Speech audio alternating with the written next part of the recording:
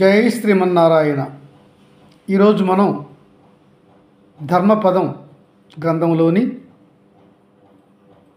భాగము 2 విభాగము 20 మనుస్మృతిలోని రాజు యొక్క యుద్ధ ధర్మాలు ఏ విధంగా ఉన్నాయి అని అడుగుతున్నారు ఋషులు. సమాధానం చెప్తున్నాడు మనుధర్మశాస్త్రం ప్రకారము మహర్షి భృగువు. ఋషులారా, రాజుకు మంచి యుద్ధ నైపుణ్యం ఉండాలి, యుద్ధ ధర్మాలు తెలిసి ఉండాలి. రాజు తన సైనికాధికారులను క్షుణ్ణంగా పరిశీలించి ఎన్నుకోవాలి. కాల్బలము, ఏనుగులు, గుర్రాలు, రథాలు సమర్థవంతంగా పనిచేయడానికి వీలుగా శిక్షణతో ఉంచాలి. తప్పనిసరిగా రాజు తనకు విధేయుడు, ఉత్తముడు, నీతిమంతుడైన వాడిని సర్వ సైన్యాధ్యక్షుడిగా ఉంచుకోవాలి. అలాగే మంత్రిని కూడా, ప్రధానమంత్రిని కూడా అట్టివాడినే నియమించుకోవాలి. అప్పుడే ఆ రాజుకు క్షేమం. వేద విద్యను అభ్యసించిన నిత్య పారాయణదారులు, ఉత్తమ బ్రాహ్మణుడు కానీ ఉత్తమ విప్రుడు కానీ అయి ఉన్నవాడిని ఆస్థాన పండితునిగా, పురోహితునిగా రాజు నియమించుకోవాలి. అతనికి అన్ని శాస్త్రాలు తెలిసి ఉండాలి, నీతిమంతుడు, ధర్మపరుడై ఉండాలి. ఉత్తమ వేద పండితులకు సన్మానాలు చేయటం, వారి ఆశీస్సులు పొందటము కూడా రాజు చేస్తూ ఉండాలి. అతను వంశపారంపర్యంగా నియమించుకోవడానికి అర్హత ఉంటే నియమించుకోవచ్చు. అర్హత చూసుకోవాలి. స్వామి భక్తి కలిగి ఉన్న వారికి ప్రాధాన్యత ఇవ్వాలి. రాజ్య పాలనలో కోవిదుడు, నీతివంతుడు, రాజుకు అనుకూలుడు, విశ్వాసపాత్రుడైన వాడిని ప్రధానమంత్రిగా ఎన్నుకోవాలి.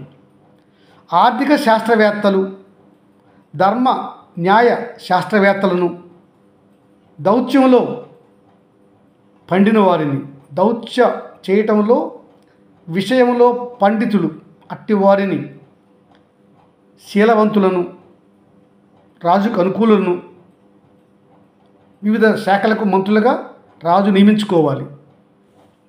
ఇక యుద్ధ ధర్మాలు చెప్తున్నాను వినండి ఋషులారా. ఒక రాజు వేరొక రాజుతో అల్పుడైనా అధికుడైనా క్షత్రియ ధర్మం ప్రకారము వెనుకంజ వేయక జంకక యుద్ధం అవశ్యమైనప్పుడు యుద్ధానికి వెళ్ళాల్సిందే. జడిసి యుద్ధానికి వెళ్ళడం మానరాదు. శక్తి వంచన లేకుండా తన భూమిలో తాను, తన సైన్యము యుద్ధం చేయాలి. శత్రువులను జయించడానికే పూర్తిగా కృషి చేయాలి. లేదంటే ఆ శత్రువు చేతిలో వీరమరణమైనా పొందాలి. అదే రాజుకు ధర్మం. అట్టివారు తప్పక అశ్వమేధ యాగం చేసిన ఫలితాన్ని పొందుతారు. యుద్ధంలో వీరమరణం కనుక. మనుధర్మశాస్త్రం ప్రకారం కర్ర ఎలా కనిపిస్తుందో మనకి, అది ఆయుధమే. దానిలో యుద్ధం చేసే శత్రు సంహార శక్తి ఉంటుంది. కర్రలో శక్తి ఉంటుంది కదా, ఒక ఆయుధమే కదా. కానీ రాజులు, వారి సైన్యము కర్రలతో యుద్ధం చేయరాదు. కర్ణములు గల కర్రలు కానీ ఇతర యుద్ధానికి వాడే ఆయుధాలతో కానీ యుద్ధం చేయరాదు. అగ్నిలో కాల్చిన ఆయుధములు వాడవచ్చును, కానీ వాటికి విషం పూయరాదు.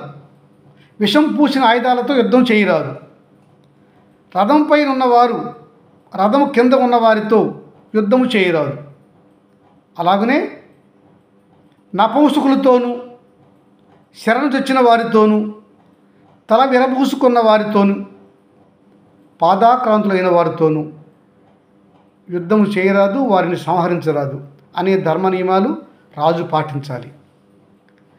అలాగనే నిద్రించు వారిని, యుద్ధ ప్రయత్నంలో లేని వారిని, వస్త్రవిహీనుడిని, ఆయుధ విహీనుడిని, తనతో యుద్ధానికి తలపడని వాడిని, యుద్ధాన్ని తిలకిస్తున్న వారిని, ఇతరులతో యుద్ధం చేస్తున్న వారితో మనం యుద్ధం చేయుట తప్పు అని రాజు తెలుసుకోవాలి.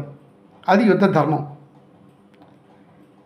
ఆయుధాలు కోల్పోయిన వారిని, ఆయుధములు విరిగిపోయిన వారిని, యుద్ధానికి భయపడుతున్న వారిని, దెబ్బలతో యుద్ధం చేయలేని వారితోనూ, వెన్ను చూపి పారిపోతున్న వారితోనూ యుద్ధము చేయరాదు, వారిపైన అస్త్రశస్త్రములు సంధింపరాదు.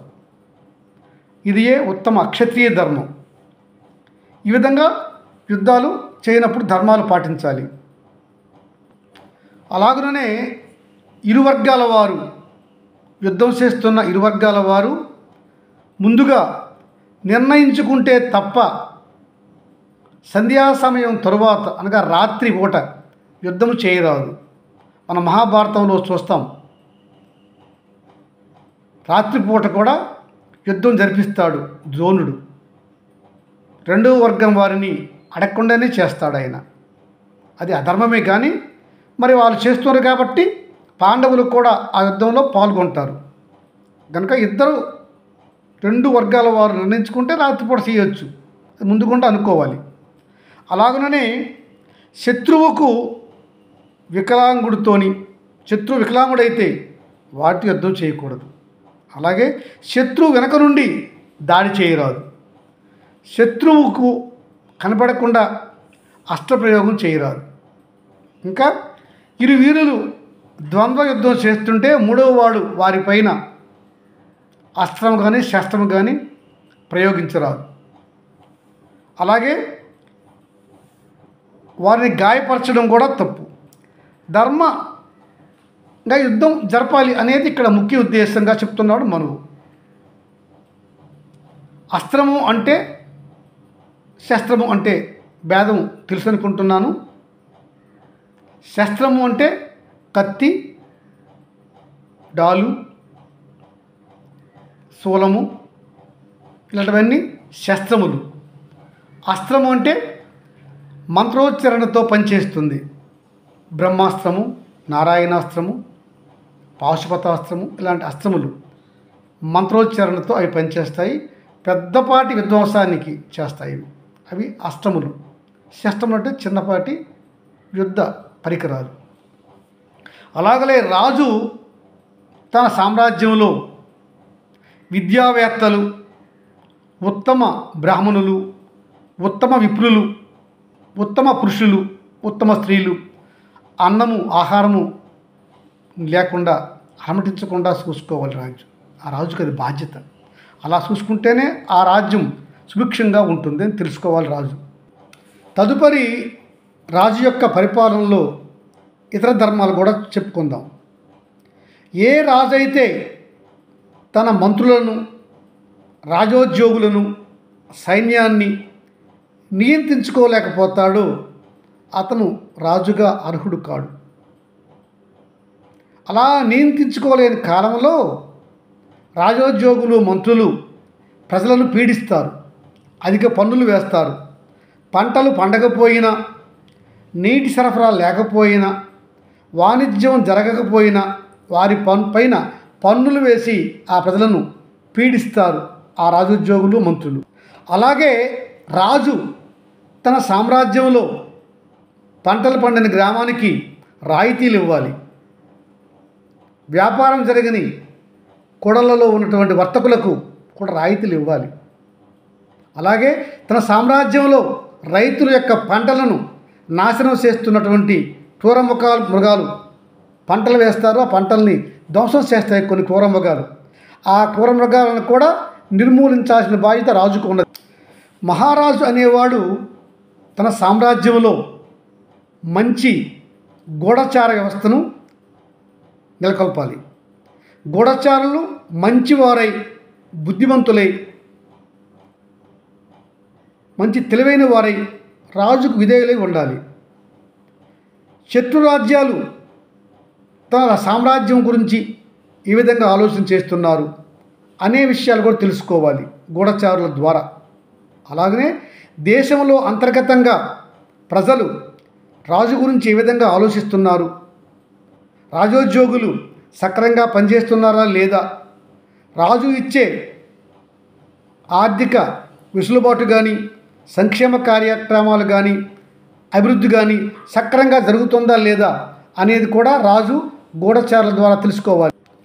రాజు మంత్రాంగము మంత్రులతో చేస్తున్నప్పుడు అక్కడ స్త్రీలు కానీ, అంతఃపుర కాంతలు కానీ, మాటలు నేర్చిన గోరువంక, చిలుక లాంటి పక్షులు కానీ ఉండరాదు. ఈ విషయం బయటికి పొక్కవచ్చు.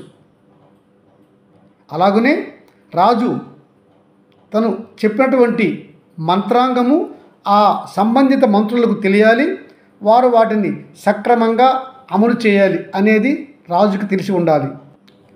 రాజు యుద్ధము కానీ ఇతర కార్యక్రమాలు కానీ సామ దాన భేద దండోపాయాల ద్వారా విజయం పొందాలి. అలాగనే ప్రీతి మాటలు చెప్పి ఉపాయం వలన కొద్దిగానో ధనం చూపి అయినా దానం అనే ఉపాయంతోనూ ఎదుటివారి బలహీనతలను పట్టి ఇతరులను జగడాలు సృష్టించైనా సరే భేదోపాయంతో చివరిగా రాజు విజయాన్ని పొందాలి. అన్ని వేళలా యుద్ధమే రాజుకి ముఖ్యము కాదు. తనకంటే బలవంతుడైన రాజుతో ఇతర సూత్రమైనటువంటి సామదాన భేద దండోపాయాలు అనుసరించి విజయం పొందాలి. చివరి ప్రయత్నంగా యుద్ధం చేయ తప్పదు. రాజధర్మంగా మొదటగా రాజ్యాన్ని, తర్వాత ధనాన్ని, ఆ తరువాత అంతఃపుర స్త్రీలను, ఆ తర్వాత భార్య, చివరకు తన ప్రాణాన్నైనా రాజు కాపాడుకోవాలి. ఇవన్నీ కూడా రాజు యొక్క ధర్మాలే. చివరిగా రాజు కుమారులు ప్రాతకాలంలోనే నిద్ర మేల్కొని వ్యాయామాలు చేయాలి, యుద్ధ విద్యలు నేర్చుకోవాలి. ఆ పైన ఉత్తమ ఆహారం స్వీకరించాలి.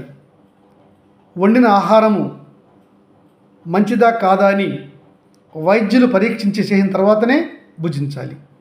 అలాగనే రాజులు మధ్యాహ్నం పూట కొంతసేపు విశ్రాంతి తీసుకొనవచ్చును.